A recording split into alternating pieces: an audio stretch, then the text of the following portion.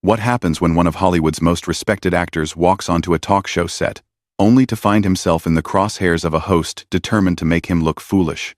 Today, we're diving into one of the most uncomfortable television moments ever captured live, where Joy Behar's relentless questioning pushed Robert De Niro to his absolute breaking point. Before we get into this wild story, make sure to hit that subscribe button and drop a comment below telling us about the most awkward TV moment you've ever witnessed. Trust me, you won't want to miss what unfolds here. The morning started like any other at the View Studios. Robert De Niro had arrived early, as he always did for interviews, sitting quietly in the green room while makeup artists prepared him for what was supposed to be a routine promotional appearance for his latest film. The legendary actor, known for his intense preparation and professionalism, had reviewed his talking points with his publicist just minutes before being called to set. As De Niro walked onto the familiar stage, the audience erupted in applause. The veteran actor waved politely, taking his seat across from the panel of hosts. Joy Behar, seated at the far end, barely looked up from her notes, a subtle but telling sign of what was to come. "Welcome back to The View," Joy announced to the cameras, her voice carrying that familiar sharp edge that longtime viewers knew well. "We're here with Academy Award winner Robert De Niro, who's got a new movie out that I'm sure someone somewhere is excited about." De Niro's eyebrows raised slightly at the backhanded introduction. He shifted in his chair, clearly caught off guard by the dismissive tone. "Well, thank you for having me," he replied carefully, his famous gravelly voice measured and controlled. "Oh, don't thank us yet," Joy shot back with a smile that didn't reach her eyes. "Let's talk about this new film of yours. Another tough guy role, I'm assuming? Seems like you've been playing the same character for, 40 years now?" The studio fell silent. Even the other hosts, Whoopi Goldberg, Sarah Haynes, and the others, exchanged uncomfortable glances. This wasn't the usual friendly banter they were accustomed to during celebrity interviews. De Niro leaned forward slightly, his hands clasped together. "Actually, Joy, if you had watched the film, you'd know it's quite different from anything I've done recently. It's a character study about a man dealing with loss and redemption." "Oh, I see," Joy replied, shuffling through her notes dramatically. "So it's a departure from your usual angry man shouting at people routine? How refreshing." The audience was dead quiet now. You could practically feel the tension radiating from the set. De Niro's jaw tightened visibly, but he maintained his composure. "I think you might be confusing me with some of the characters I've played, Joy. There's actually quite a range in my work if you look beyond the surface." Range?" Joy let out a short laugh. "Robert, come on. You do one of two things in every movie. You either mumble incomprehensibly, or you explode in rage. Sometimes, both in the same scene." Whoopi tried to interject, sensing the interview was spiraling out of control. "Joy, maybe we should—" No, let me finish." Joy cut her off, her attention laser-focused on De Niro. "I'm just saying what everyone's thinking. You've been coasting on your reputation for years. When was the last time you actually challenged yourself as an actor?" De Niro's face had turned a shade redder, his famous intensity now fully engaged. "Joy, I don't know what your problem is with me personally, but this is supposed to be about the film. Maybe we could actually discuss that, instead of your personal opinions about my career?" "My problem?" Joy's voice rose an octave. "My problem is that actors like you come on this show expecting us to just fawn all over you because you made a couple good movies in the 70s. This isn't entertainment tonight, Robert. We ask real questions here." The camera operators were having a field day, capturing every micro-expression on De Niro's face as he processed what was happening. His publicist, visible in the wings, looked like she was about to have a heart attack. "Real questions?" De Niro repeated slowly, his voice dropping to that dangerous low register that had intimidated countless actors over the years. "You call personal attacks real questions? You haven't asked me one thing about the actual movie, the director, the story we're trying to tell. You're more interested in taking cheap shots." Joy leaned back in her chair, clearly enjoying the reaction she was getting. "Oh, please. Don't act like you're above criticism. You're an actor, not a deity, though I'm sure some people treat you like one." "This is unbelievable," De Niro muttered, shaking his head. "I've been doing interviews for 50 years, and I've never encountered anything like this." "Well, maybe that's the problem," Joy fired back. "Maybe you're so used to softball questions and ass-kissing that you can't handle a real conversation." The other hosts were now openly uncomfortable, shifting in their seats and looking to their producers for guidance. Sarah Haynes attempted to redirect the conversation. "Robert, why don't you tell us about working with your co-stars in this film?" Crosy. But Joy wasn't finished. "Actually, Sarah, I'd like to know something else. Robert, do you think your reputation for being difficult to work with affects the performances of actors around you?" De Niro's eyes widened in disbelief. "Difficult to work with? Who told you that?" "Oh, come on." Joy waved her hand dismissively. "Everyone in Hollywood knows the stories. The tantrums, the demands, the way you treat crew members when things don't go your way. That's completely false," De Niro said, his voice getting stronger. "You're talking about rumors and gossip. I've worked with the same people for decades because they know who I really am." Joy shuffled through her cards again, clearly prepared for this line of attack. "Really? Because I have it on good authority that you made an assistant cry just last week on set." The accusation hung in the air like a bomb. De Niro stared at Joy for a long moment, his face cycling through disbelief, anger, and something approaching disgust. "You have it on good authority? From who? What assistant? This is exactly the kind of tabloid garbage that—" "I protect my sources," Joy interrupted smugly. "But the story I heard was pretty detailed." "This is character assassination," De Niro said flatly. "You're making things up." Whoopi finally found her voice. "Joy, I think maybe we should move on to—" "No, Whoopi," De Niro said, holding up his hand. "I want to hear this story. Joy, since you're so confident in your sources, why don't you share the details of this alleged incident? Let's hear exactly what you think happened." Joy's confident demeanor flickered for just a moment. She hadn't expected De Niro to call her bluff so directly.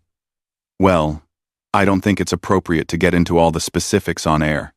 "Of course you don't," De Niro said, leaning back with a bitter smile. "Because there are no specifics. There is no incident. There is no assistant. You're just throwing mud and hoping something sticks." The tension in the studio was now palpable. Camera operators zoomed in on both participants, capturing every nuance of the escalating confrontation that was unfolding live on national television. Joy's face flushed red as she realized she'd been caught in her fabrication. But instead of backing down, she doubled down on her attack. "Just because I won't reveal my source doesn't mean it didn't happen, Robert. Maybe you're so used to people being afraid of you that you've forgotten how you actually behave." "Afraid of me?" De Niro's voice carried a dangerous edge now. "Joy, the only thing I'm afraid of right now is how low this show has sunk. This used to be a respectable program." "Oh, spare me the lecture about respect," Joy snapped back.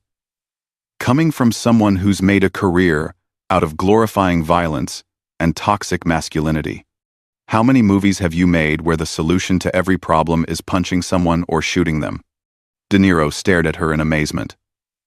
"Are you seriously going to sit there and criticize me for playing characters? Do you understand what acting is? Should I hold you responsible for every stupid thing you've said on this show over the years?" "Stupid?" Joy's voice pitched higher. "Now who's being disrespectful?" "You started this, Joy," De Niro replied coldly. "You invited me here under false pretenses, then spent the entire time trying to humiliate me. And yes, some of the things you've said today have been incredibly stupid." The other hosts were frantically looking to their producers off camera. Whoopi made another attempt to regain control. "Maybe we should take a quick commercial break and—" "No," Joy cut her off sharply. I'm not done. Robert, since you want to talk about respect, let's discuss your recent comments about politics. Don't you think it's hypocritical for someone who makes violent movies to lecture people about civility in society? De Niro's eyes narrowed. What does that even mean? You're just throwing out random accusations now. First, I'm difficult to work with. Then I made someone cry? Now I'm a hypocrite? What's next? I'm pointing out contradictions in your public persona, Joy said, clearly pleased with herself. You can't have it both ways. You can't profit from violence in entertainment and then act morally superior in real life. Morally superior? De Niro laughed bitterly. Lady, you've spent the last 10 minutes trying to destroy my reputation on live television based on gossip and lies. Who's acting morally superior here? Joy shuffled her cards again, but her hands were visibly shaking now. I'm asking legitimate questions that entertainment journalists are afraid to ask. No, you're not, De Niro said firmly. You're conducting a hit job. There's a difference between journalism and whatever this is. Sarah Haynes tried once more to redirect. Robert, can we talk about your process as an actor? How do you prepare for... Robert. Actually, Sarah, I'd love to answer that, De Niro said, turning to her gratefully. But I don't think Joy wants to hear about acting. She seems more interested in character assassination than actual characters. Joy wasn't about to let him off the hook. Don't try to play the victim here, Robert. You're a grown man who's been in this business for 50 years. If you can't handle tough questions, maybe you shouldn't do interviews. Tough questions? De Niro's voice rose for the first time. You call making up stories about me making assistants cry a tough question? You call insulting my entire body of work a tough question? These aren't questions at all. They're attacks. Everything I've said is fair game, Joy insisted. You're a public figure. Your behavior, your choices, your impact on society, it's all open for discussion. My behavior? De Niro stood up slightly in his chair. Joy, my behavior right now is remarkably restrained, considering what you've put me through in the last 15 minutes. You've accused me of being difficult, of making people cry, of being hypocritical, all without a shred of evidence, and now you're questioning my right to object to any of it? The audience was completely silent now, watching this train wreck unfold in real time. Some viewers at home were reaching for their remotes, while others were glued to their screens, unable to look away from the disaster. I have every right to ask these questions, Joy said defiantly. This is my show. Your show? De Niro repeated incredulously. Last I checked, this was called The View, not the Joy Behar show. And even if it were your show, that doesn't give you the right to ambush guests with lies and personal attacks. Joy's composure was cracking now. I don't have to sit here and be lectured by you about how to do my job. And I don't have to sit here and be slandered by you on national television. De Niro shot back. But here we are. Whoopi made one final attempt to salvage the interview. Look, everybody, let's just take a step back here. No, Whoopi. Joy interrupted again, her voice trembling with anger now.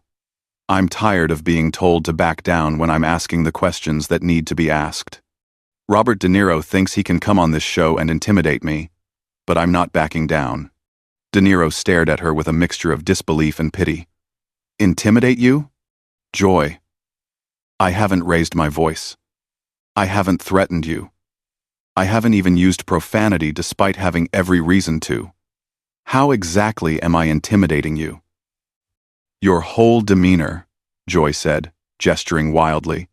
The way you're looking at me, the way you're talking to me, you're trying to make me feel small.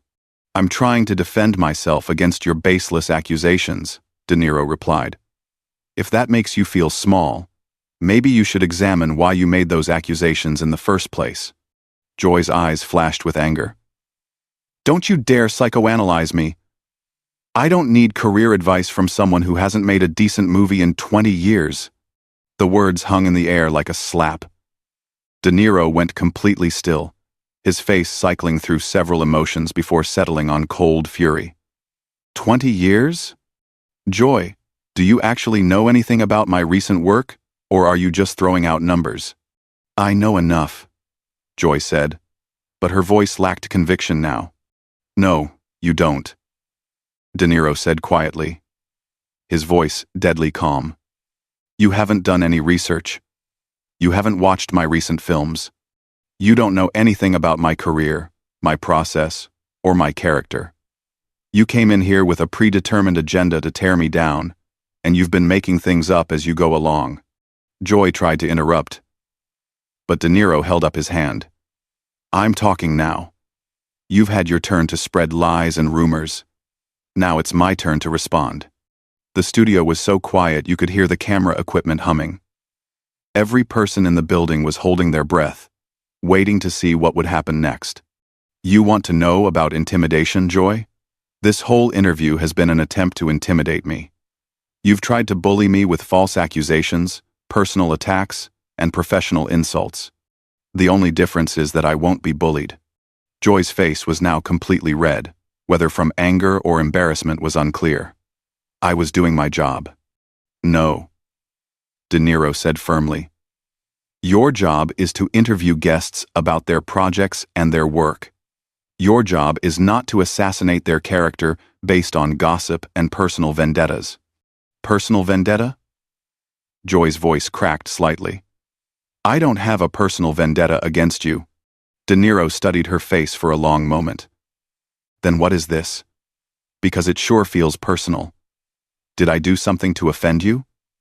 Did I turn down an invitation? Refuse to do the show before? What did I do to deserve this treatment? Joy opened her mouth to respond, then closed it again. For the first time in the entire interview, she seemed genuinely at a loss for words. The silence stretched on for what felt like an eternity. Joy's mouth opened and closed several times, but no words came out. The other hosts exchanged panicked looks, as their colleague appeared to be having some kind of breakdown on live television. Finally, Joy found her voice, but it was barely above a whisper. I don't know what you're talking about. De Niro leaned forward, his voice gentle but firm. Joy, something is clearly bothering you about me personally.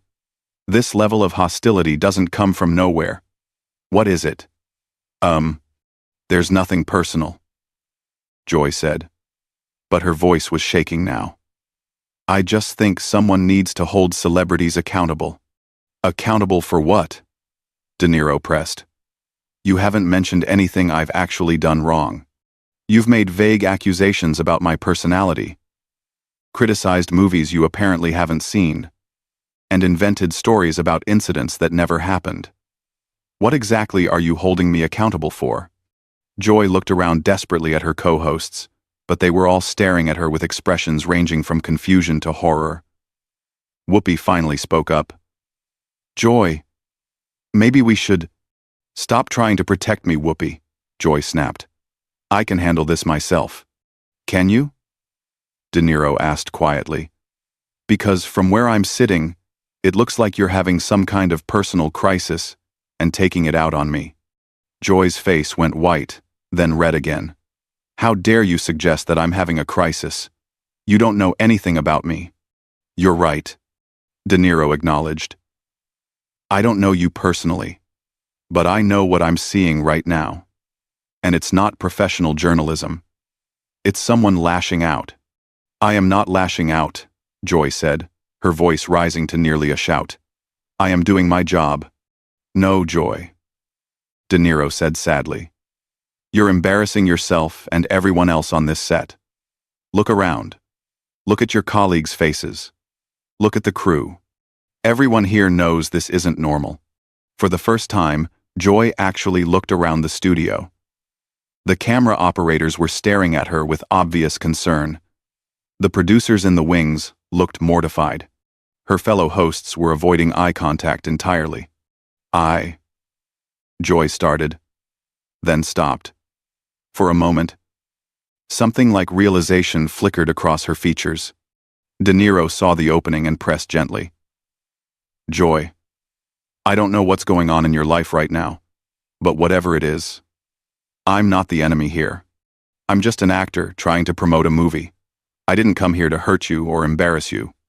Joy's hands were visibly trembling now as she gripped her note cards.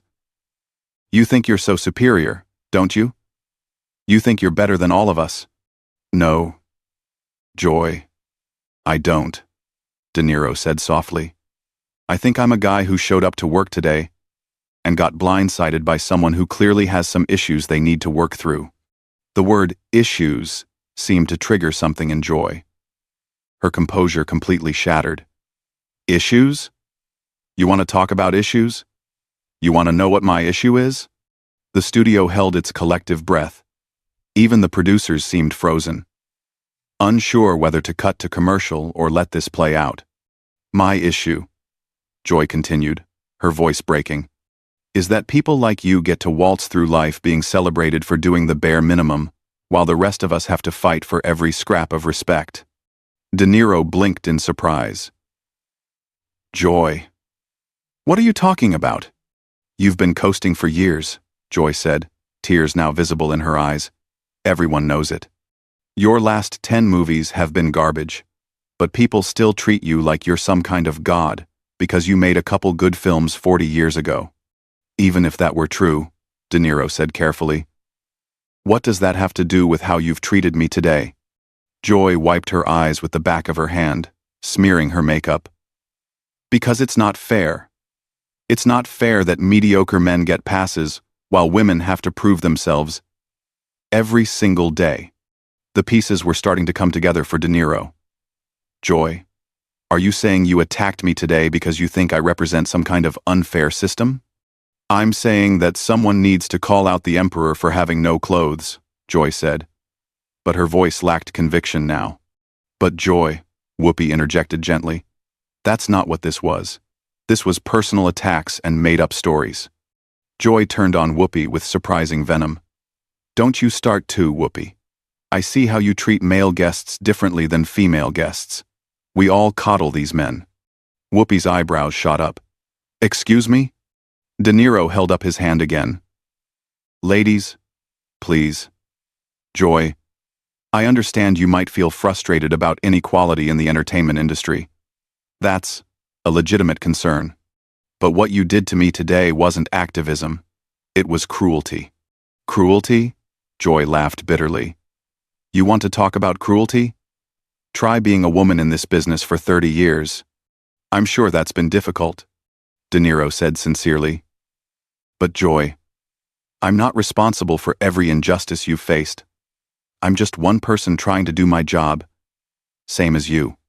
Joy stared at him for a long moment, and something in her expression began to crumble. She started, then stopped. "Joy," De Niro said gently, "I think you owe the audience an apology. And honestly, you owe me one too." The suggestion seemed to snap Joy back to reality. She looked around the studio again, taking in the faces of everyone watching her. The weight of what she'd done seemed to hit her all at once. Joy began, then stood up abruptly. "I can't do this." "Joy, wait," Whoopi called out, but Joy was already walking off the set, her microphone pack trailing behind her. The studio erupted in chaos as producers rushed onto the set and the remaining hosts tried to figure out what to do next. De Niro sat in his chair, looking stunned by the sudden turn of events. Whoopi turned to the camera with professional composure. "We're going to take a quick break, and when we come back, we'll continue our conversation with Robert De Niro about his new film." As the cameras stopped rolling, De Niro turned to Whoopi. "Is she okay? Should someone go check on her?" "The producers will handle it," Whoopi assured him.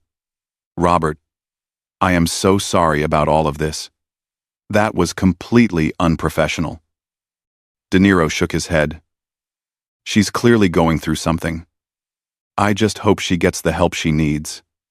When the cameras rolled again after the commercial break, Joy's chair sat empty. The remaining hosts conducted a normal, respectful interview about De Niro's film, but the damage was already done. The internet was already buzzing with clips of Joy's meltdown. And within hours, the entire confrontation had gone viral. As the show wrapped up, De Niro stood and shook hands with the remaining hosts. "Thank you for trying to keep things professional," he told them. Walking off the set, De Niro couldn't help but feel a mixture of anger and sadness about what had transpired. He'd come to promote his work and ended up witnessing someone's very public breakdown. The incident would be talked about for weeks, dissected and analyzed by media critics and armchair psychologists alike. But for De Niro, it served as a stark